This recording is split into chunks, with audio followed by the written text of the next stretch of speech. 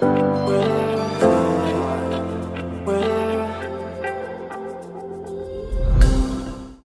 and welcome to the second session of AS Revision Program for Business. My name is Dilip, representing Ahmadiyya International School. In this session, I am going to explain about a very important Unit 2 topic, which is sources of finance. As you know that in sources of finance, it's broadly classified into two, which is internal sources and external sources. So internal sources are those finance that the business can arrange within the organization, whereas external sources are arranged from outside the organization, or we can say from a third party. Now in today's session, I'm going to explain about few external sources of finance, which we feel that students usually find it difficult to understand and to explain the answers. Now let us see what are those sources of finance.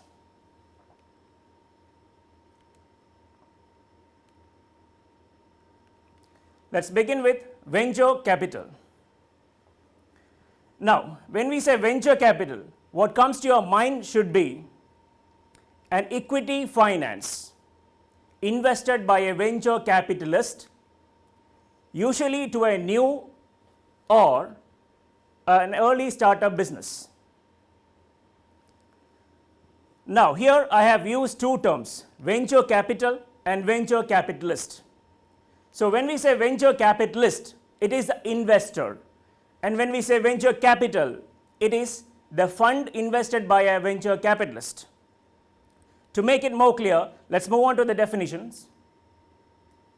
Venture capital, it is a form of equity finance and is often provided to startups with a promising business idea, but where there is a substantial element of risk for the investor. So in this definition, it is clear that it is an equity finance in the sense it is not a borrowing for a business. So the business have to give a part of the share to the venture capitalist firm. Now comes the definition of venture capitalist. Venture capitalists are providers of funds for potential small or medium-sized businesses that may be considered too risky for other investors. Now, why I am giving you these two definitions? One is venture capital, the other one is venture capitalist. The thing is, sometimes in the question, the key term could be venture capital. So if the key term is venture capital, you can give the definition of venture capital, and if the key term is venture capitalist, you can explain about venture capitalist giving this definition. Okay, so looking into the definition, venture capital is a form of equity finance, which means it is not a borrowing, but venture capitalists, they own a share in your business. So rather than paying them the amount that has been invested, they will take a part of the profit from the business. Now it is usually provided to startup having a potential in the market, because usually the startups, they find it difficult to source finance from other financial institutes such as banks or any other creditors. Here venture capitalists are ready to take the risk of investing in such businesses, whereas banks or other financial institutions are not willing to take that risk. So a definition for venture capital is a form of equity finance and is often provided to startups with a promising business idea, but where there is a substantial element of risk for the investor. So there is always a risk for the investor here, and the venture capitalist is ready to take this risk. Now moving on to the next definition, which is venture capitalist. They are providers of fund for potential small or medium sized businesses that may be considered too risky for other investors. So as I said, venture capitalists are the providers, or we can say they are the investors of the fund which is called as venture capital. So the investor is venture capitalist and the fund invested by venture capitalist is the venture capital. So I guess that's clear for you. Now we will move on to the advantages and disadvantages of venture capital.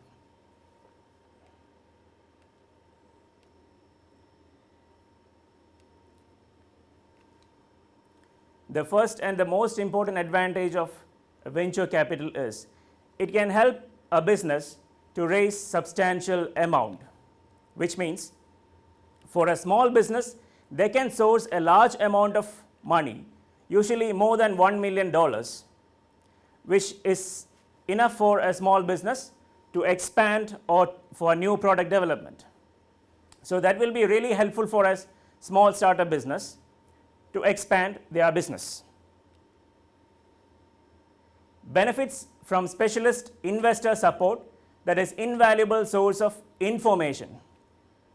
Now venture capitalists, as you know, that they are specialist investors. They are professional investors, so they have a wider network and they can give you a lot of information. Since they are professionals, they know how to make profit from a business. So these expertise can be used by this new entrepreneurs or new startup businesses. Moving on to the next advantage, building strong business network. The main business of a venture capitalist is to invest in other businesses. So you can imagine when they invest in different businesses in different industry, in different places, you can imagine their contacts. They have a wide network in the business community. And this will give a tremendous benefit to the business. Because, say for example, if a business needs any additional resources, like an additional supply or a supplier, you can seek the help from a venture capitalist because they have enough contacts and they can arrange an additional supplier or supply to the business. So this can be utilized by the business, which is an added advantage for them. Now let's move on to the disadvantages of venture capitalists.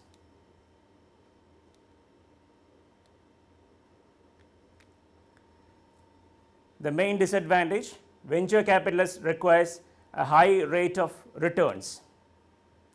Now, as an entrepreneur, no one would want to give away his profit to a third party.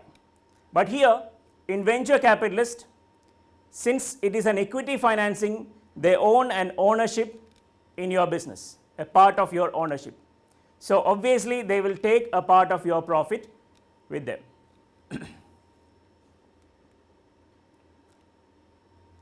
Loss of control. Venture capitalists may take majority of shares.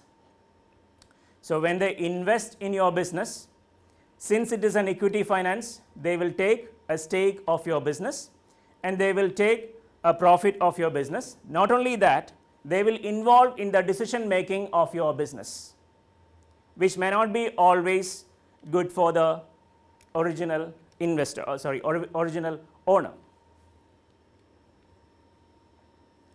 Early redemption of investment. Usually, the venture capitalist, within 3 to 5 years, they'll take back everything what they have invested, plus 30 to 40% more. So in this case, it is not a long-term investment compared to debentures or mortgages, which are a source of finance for 15 years, ranging to 25 years. So when we compare with those sources of finance, venture capitalists, the finance from a venture capitalist is not a long-term investment because they will take away within 3 to 5 years whatever they have invested plus 30 to 40% more. So this is not suitable for all businesses.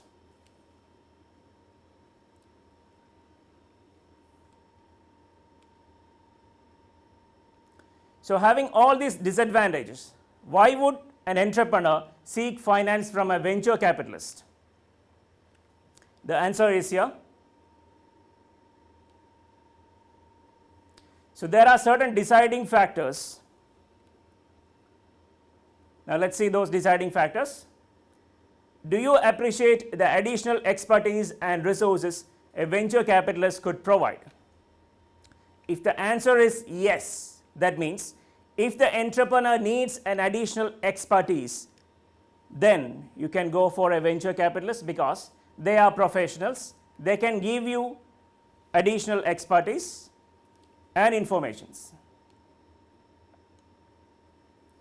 The next deciding factor is loss of control and ownership an issue for you?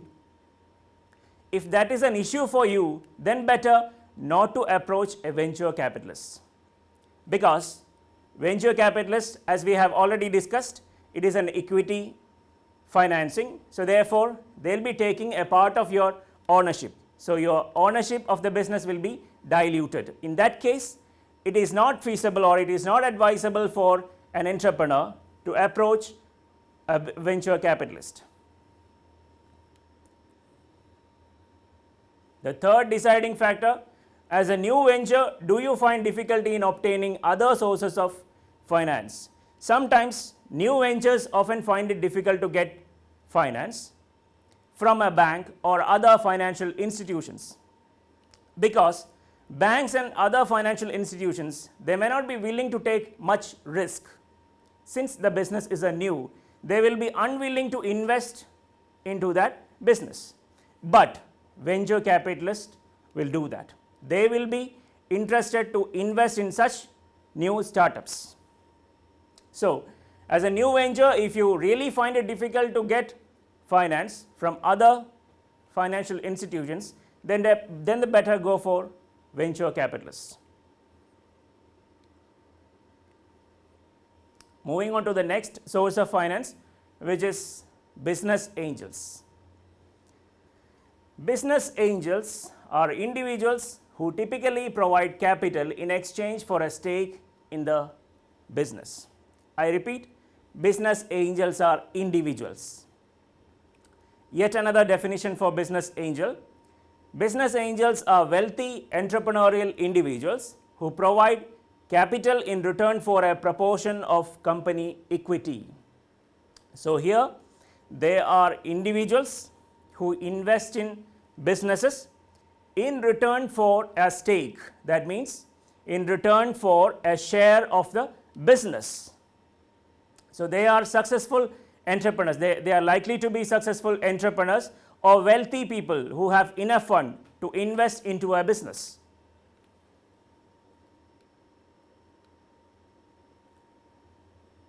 Moving on to the advantages of business angels. Investment decisions are quick because it's an individual. As I told you, business angels are individuals, so they can take a decision quickly than compared to venture capitalists. So investment decisions are quick here, so that they can make the investments quicker, and the business will get the finance easily. Access to expert advisors and management skills. As I told you, business angels are likely to be successful entrepreneurs. They will have enough experience of running a business. So this expertise can be used by the new businesses and the management skills as well. The third advantage, no repayments or interest are paid. Since this is also an equity finance, it is not a borrowing. The business don't have to repay it, but they will take a part of your profit. Moving on to the disadvantages. It takes a longer time to find a suitable angel investor. Now, even though the decision made by an angel investor is quick, it is difficult for a business to find a suitable angel investor, because not all the wealthy people will be willing to invest in other businesses. So the number of business angels would be lower than compared to the number of businesses. So not all businesses can get finance from an angel investor, and angel investors might take a lot of time to decide whether to invest or Not. So it takes a longer time to find a suitable angel investor for the business. Not all angel investors might be suitable for the business because they have to agree with the terms and conditions such as the percentage of shares that has to be given to the angel investor. So such terms and conditions they have to make. So not all angel investors would be suitable for the business. Giving up shares of the business. Now that is yet another problem because the business have to dilute their ownership and they have to give a part of their profit to the angel investor. Usually not suitable for an investment more than 1 million. Angel investors, usually they invest less than 1 million, but the amount would vary depending on the countries. However, it is not an investment as big as venture capitalists can do. So, it is not suitable for a business seeking finance more than $1 million. So, that's about business angels. Now, I can guess the question that comes into your mind, the difference between venture capitalists and business angels. Here is the answer.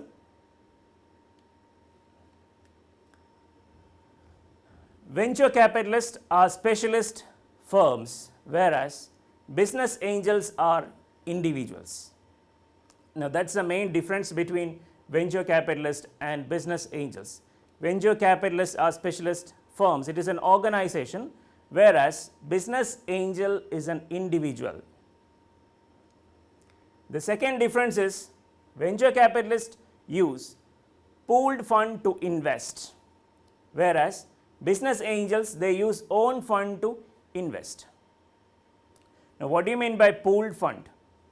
As an organization, venture capitalists can get finance from many people into the organization. So, they will pool this finance from different individuals and then they will invest into another firm. Whereas, business angels are individuals likely to be successful entrepreneurs. So, they have their own fund to invest in other businesses. The third difference, venture capitalists seek a position in the business. Often, they seek a chair in the board of directors because they always wanted a decision-making authority in the business. Whereas, business angels, they don't seek any position or they don't seek any chair in the board of directors of the business. But in case if the business needed a support from them, they will be willing to provide that. And finally, venture capitalists usually invest more than 1 million and business angels, they invest less than 1 million. The amount could vary, but still one thing is clear that venture capitalists can invest a lot more than business angels. I hope the difference is very clear now. Now moving on to the next source of finance.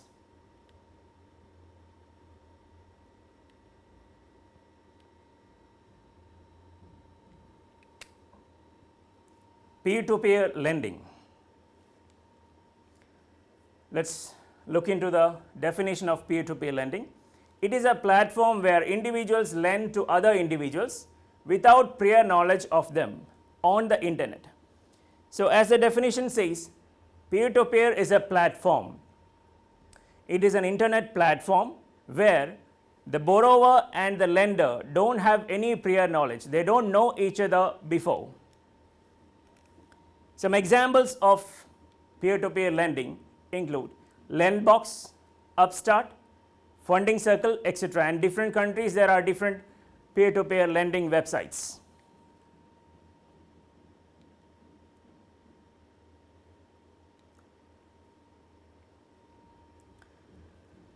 Okay, so advantages of peer-to-peer finance for a business. Now just think about an entrepreneur giving all his business ideas to a website and then it is accessible to a lender and the lender would be attracted to this, and they will be willing to invest into the business. So the platform, that this transaction is called as peer-to-peer financing. Now the advantages of this: can borrow the money without the help of an official financial institution. So there is no bank or there is no financial institution in between. There is no middle person. The borrower and the lender, they exchange the money transaction through internet and through a website. So it is a quick and easy access to fund. Businesses, they can give their business ideas, and if the lender is interested in the business idea, he can make the agreement, he can make the proposal, and he can transfer the money to the business. So it is really quick and easy access to fund than compared to the traditional banks or any other financial institutions. Now moving on to the next advantage, usually interest rates are attractive than other financial institutions for businesses that are less riskier. Now when we say businesses that are less riskier, that could be the businesses having credit worthiness or a very good past history. So for such businesses, the lenders will be willing to provide the finance at a lower interest rate because the risk is comparatively lower. The next advantage, transparency. Borrowers are well informed about the terms and conditions. Once the lender is interested in any of the business ideas, the terms and conditions can be shared between each other, and it is clearly informed about, say for example, the rate of interest, when it has to be repaid. So such terms and conditions can be well informed between the lender and the borrower. Moving on to the disadvantages. Riskier applicants may not qualify for a desirable interest rate.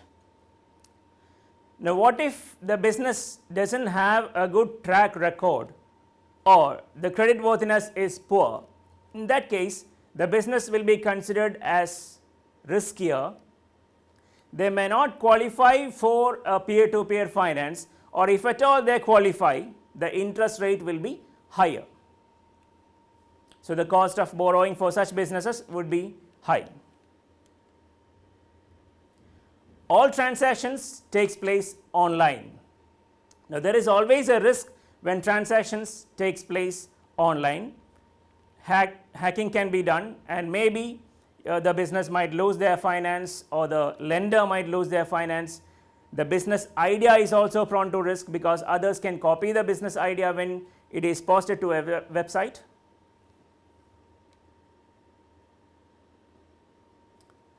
Finally, peer-to-peer sites makes a charge which is a percentage of the amount borrowed.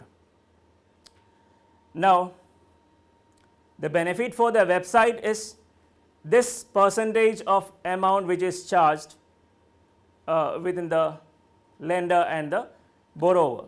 So, if the amount they are transferring is huge, then the amount that the website gets also will be high, because they take a percentage of the amount they borrow. So some businesses or some lenders will be unwilling to provide this. Again, that will cause some problem for the businesses to get the finance.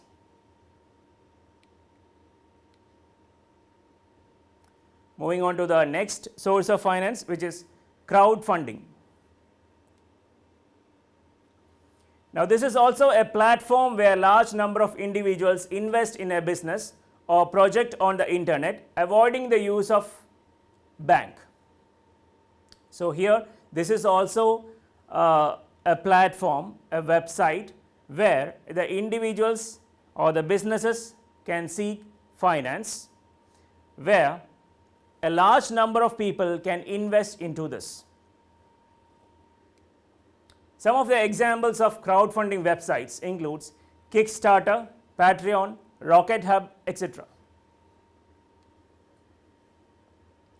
Moving on to the advantages.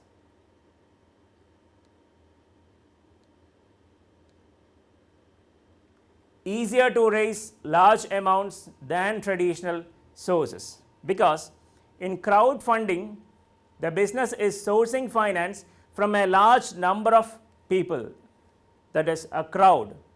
So even a small investment from one person would be enough to get a lot of finance for the business. That is a small investment from many individuals that will lead to a higher investment for the business. So they can easily source large amount of finance than compared to the traditional sources such as banks or any other financial institutions, where only one individual is lending. But in this case, a crowd is lending. So a small amount from each of those individuals can lead to a very big amount being sourced. It serves as a marketing tool. A crowdfunding campaign allows an entrepreneur to share the mission and vision of the business, and it is often associated with social medias. A successful crowdfunding campaign done by the entrepreneur, he can convey the mission and vision of the business to the public, a large number of individuals. So this itself would be a promotion for the business. A lot of people might get to know about the mission and vision of the business, and if that is attractive, the public image of the business would be boosted.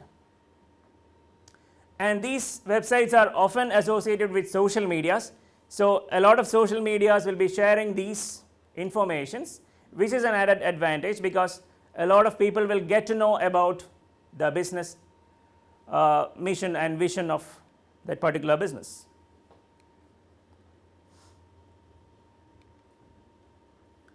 However, it has got some disadvantages.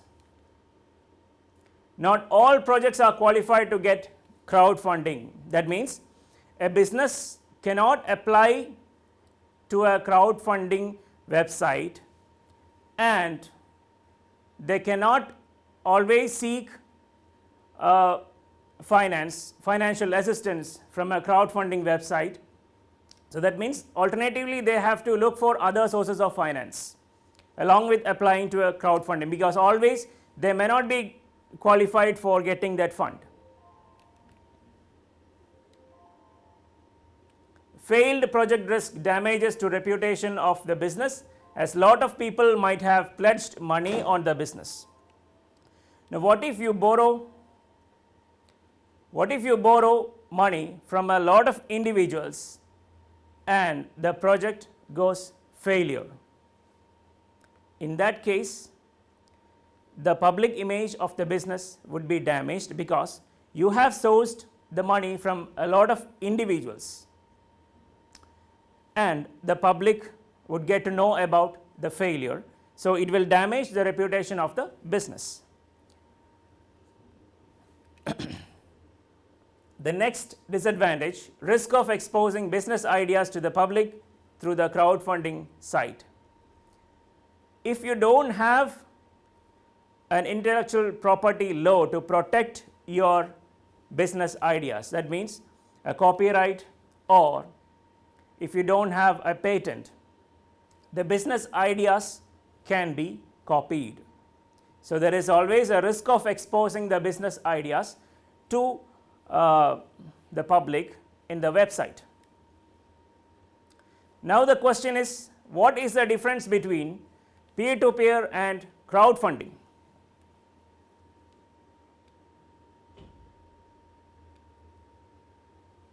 Now these are the differences. First one, in peer-to-peer lending, the reward for the lender is fixed interest rate. Whoever the lender is, he will be entitled to get a fixed interest rate because this is a debt financing.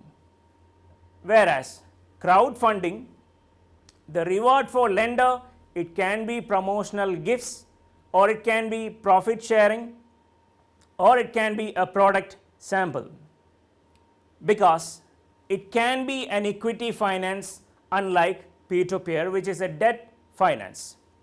So when we say equity finance, there are equity crowdfunding where the investors or the people who have lended the money, they are entitled to get a profit sharing. Or it can be donation or sponsoring also. In that case, they will be getting a product sample or sometimes a promotional gift. So peer-to-peer is a debt financing, that means for a business it is a borrowing, whereas crowdfunding, it can be an equity crowdfunding, that means they will give a part of the profit, or sometimes if it is a donation or sponsoring, they might be returning a gift or product sample. The third difference, it is used by businesses as well as individuals seeking private loans. So one can apply for a peer-to-peer lending, need not be a business itself, even an individual also can apply to that.